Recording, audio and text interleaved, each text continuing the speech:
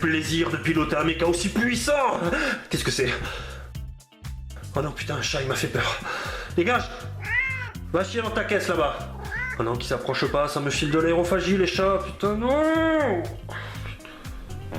Oh, ça y est. Dégage.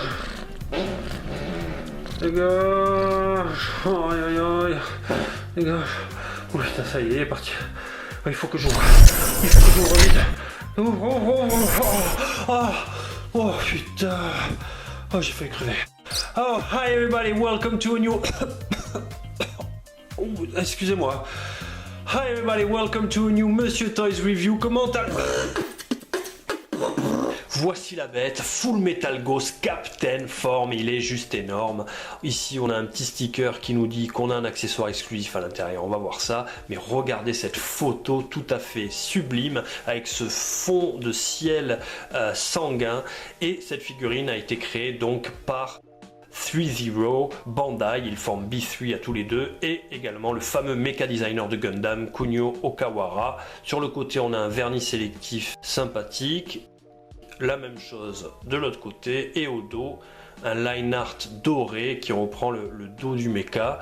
Et pour vous parler un peu échelle, prenons une échelle universelle, le PQ, et sachez qu'il fait à peu près 5 PQ de haut par 5 PQ de large par 5 PQ de profondeur. J'espère que ça vous parle, mais j'ai hâte, j'ai vraiment envie de sortir le bestiau de la boîte. Regardez-moi s'il est beau, j'ai envie de te tâter. Allez, ça dégage, et là, hop là, la taille des accessoires, my god, waouh. On a une notice ici dans un papier un peu épais, cartonné, sympathique, avec des photos couleurs. Toujours utile de lire ça avant toute manipulation pour pas tout péter. Mais là, le bazooka, quoi, il est juste énorme. Donc dans un plastique creux assez facile à manipuler, avec ici la poignée amovible. Voilà, ce qui va permettre donc au robot de tenir et de mettre le reste en appui sur son épaule, comme on le voit sur la photo ici. Et alors encore une fois, ce qu'on appelle le weathering, le travail de peinture pour recréer les effets d'érosion est magnifique. On a la même chose sur le chargeur avec la balle apparente, et on vient le fixer sur le dessus. Et on a vraiment là un bel accessoire. Non. Si vous avez vu ma review sur le Titan de Titanfall, l'Atlas, on est sur le même standard de qualité, c'est superbe. Le katana avec son petit tissu ici usé aussi, tout ça pour recréer toujours cet effet d'érosion, d'usure, de vécu. C'est ce que j'aime, ce que j'ai aimé sur ce mecha. Le détail, et regardez, la poignée me rentre carrément dans la paume de la main, et là je peux aller facilement découper du sauciflard pour tous les collègues. Non, c'est très agréable d'avoir un accessoire de cette taille là. Le second, un wakizashi plus petit qu'un katana, et qui venait en cadeau exclusif, hop là, pour tous les gens qui commandaient sur le site officiel. L'ornement ici du casque, le kimono qui est une étoffe de soie, c'est un brocart plus exactement, avec le motif brodé ici qu'on retrouve sur le côté de la boîte. Voilà la bête sortie directement de la boîte, regardez-moi ça, il est pas si lourd que ça, la tête, on sent clairement l'influence de Gundam. Et puis regardez-moi tous ces détails, des vérins, des pistons de partout. Vous voyez le design du dos qu'on retrouvait au dos de la boîte aussi ici. C'est vraiment une très belle pièce qu'on va voir en détail, 100 points d'articulation en tout. Allez, on accélère un peu. Boum, on se fait flasher comme des cons, putain, je suis dégoûté. Les pièces pour les épaules, bien protégé parce qu'il y a du picot. Et là la figurine, voilà, une figurine de 15 cm, ça c'est le pilote, fully articulated. On retrouve encore des effets de peinture sympathiques au niveau du vêtement, bien articulé. La tête elle bouge de gauche à droite, on a une petite articulation dans le bassin, des petites pièces rajoutées ici. Il a même son casque de samouraï en PVC et son sabre en forme de harpon. Mais surtout, qui dit pilote dit qu'il rentre à l'intérieur du robot. Le cockpit se trouve forcément dans l'abdomen et dans le tronc du mecha. On va le descendre un peu, je vais en profiter pour montrer les articulations des jambes. Double articulation pour le genou ici, donc des vérins qui bougent réellement derrière en plastique. Regardez jusque sous les semelles du détail, c'est assez joli. On a ces petites pièces métalliques ici qu'on retrouve également dans le kimono.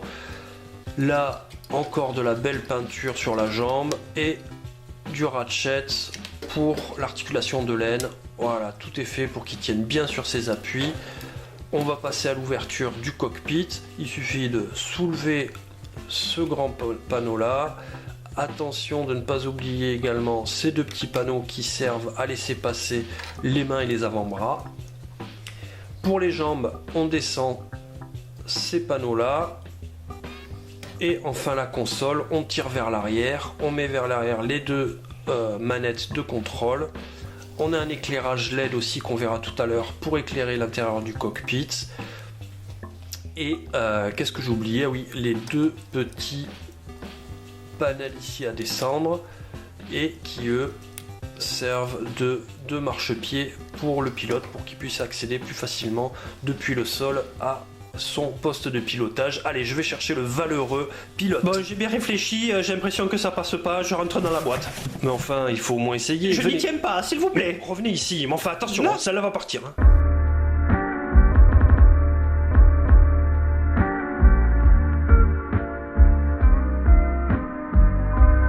Allez, je suis chaud patate. À la bonne heure. Donc pour ce faire, on a juste besoin d'enlever ce ceinturon ici qui risquerait de gêner au moment de passer le bassin. On descend cette ceinture, les bras le long du corps et on y va, la tête la première. Aïe. Voilà, tout doucement s'il bien vous plaît, sûr. oui. On passe le bassin D'accord. en appuyant sur la plante des pieds. Aïe. Voilà. Ah non, ça passe pas, hein. Non, je suis Allez. trop serré. Ça passe large. Non, non, pas du tout. Très bien. On enfonce les coudes au fond du siège et on appuie un peu sur le plexus. Voilà, pour bien qu'il soit au fond. Regardez ça, tout l'espace qu'il a pour respirer. Non, il est vraiment très très bien. On vient maintenant rabaisser la commande de pilotage. J'ai pas la place, je ne rentre pas. Ah, je suis comme dans un étau. Voilà. Ça ne va pas, je suffoque. Oh. Maintenant, on va mettre les petites mimines sur les manettes de Je vois des contrôle. étoiles là. Donc il suffit de venir l'éclipser à l'intérieur. Il faut mettre un petit peu de pression, attention. Voilà, voilà, tout va bien, tout va bien. La même chose de l'autre côté, donc avec un petit peu moins de pression cette fois-ci.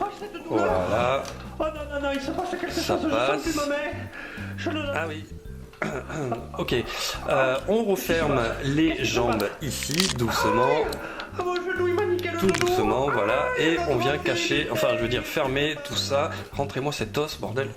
Et là, attention, clac, et un deuxième coup pour bien fermer. Voilà. Et là, normalement, le pilote est déjà au contrôle du méca. Vous m'entendez? Est-ce que ça va bien? Oui, oui, tout va bien. Ça va. Vous voyez? Tout va bien. Dans la tête du Captain Form, il y a un système d'éclairage par LED pour les yeux. Donc pour ce faire, il suffit d'enlever la tête. Ici, on voit l'interrupteur et le petit capot à soulever pour y glisser 3 piles AG1. Voilà le résultat, superbe, de beaux yeux bleus éclairés. Sachez qu'il faut au total 12 piles AG1 pour éclairer l'ensemble du méca. Pour moi la tête c'est suffisant, mais je vais quand même bien sûr vous montrer le reste. Le cockpit avec cette fois-ci 3 LED, une de chaque côté au plafonnier, voilà celle-là à droite, et une de l'autre côté, et également cette lumière bleue vient d'une LED qui est sur la console du pilote. Il a une drôle d'odeur ce siège. Ça c'est moi. Ouais. On a un éclairage également pour les protections d'épaule avec 3 petites piles AG1 à mettre ici, le bouton, clac, et voilà. On va passer à l'habillage du bestiau avec son kimono et ces petits ornements métalliques dont je vous parlais tout à l'heure qu'on retrouve également sur le mecha. Et c'est censé donc être un brocart, reproduire une étoffe de soie rehaussée d'un dessin broché d'or. Et c'est vraiment bien rendu avec ses pompons dorés. Devant également du détail avec des petites chaînettes ici, un logo et ces espèces de cordes avec ses attaches. Alors c'est vraiment du plus bel effet.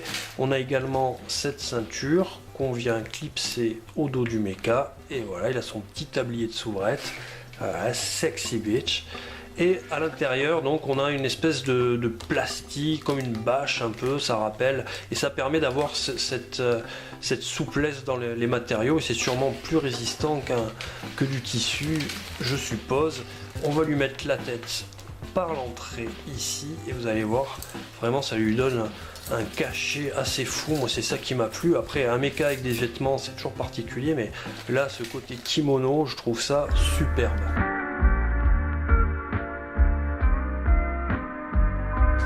Attention, âme sensible, s'abstenir. Je vais venir lui mettre des tubes par derrière. Donc je soulève la robe et si vous regardez bien au niveau des avant-bras et des bras, on a ces espèces de tubes qui sont en fait des ressorts et qui viennent se mettre également au niveau des mollets. 4 en tout, donc ça tient pas super bien, c'est vraiment à mettre à la fin. Tout ça pour recréer en fait le côté hydraulique autour des articulations avec les vérins. Le sabre magnifique, ça aurait été dommage de le laisser dans la boîte. On va donc, grâce à cet accessoire, venir le clipser ici et enfin le mettre au niveau de la taille du mecha. Pour ce faire, il suffit d'enlever cette cordelette là, détacher ce panneau, voilà, et ensuite on vient le clipser. On remet la petite cordelette et le tour est joué. Donc 100 points d'articulation sur cette bestiole là, c'est juste énorme, je vais pas tous vous les faire. Sachez qu'au niveau des bras, on a des vérins qui eux sont métalliques. Également la main, chaque petite phalange est articulée, ce qui permet vraiment d'avoir une bonne prise en main pour les accessoires, pour le sabre, pour aussi le bazooka.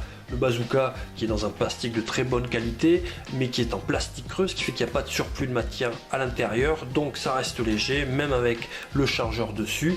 Ça risque pas de tomber pendant la pose, et de toute façon, vous voyez, là, il suffit vraiment de resserrer les doigts dessus pour que ça tienne bien.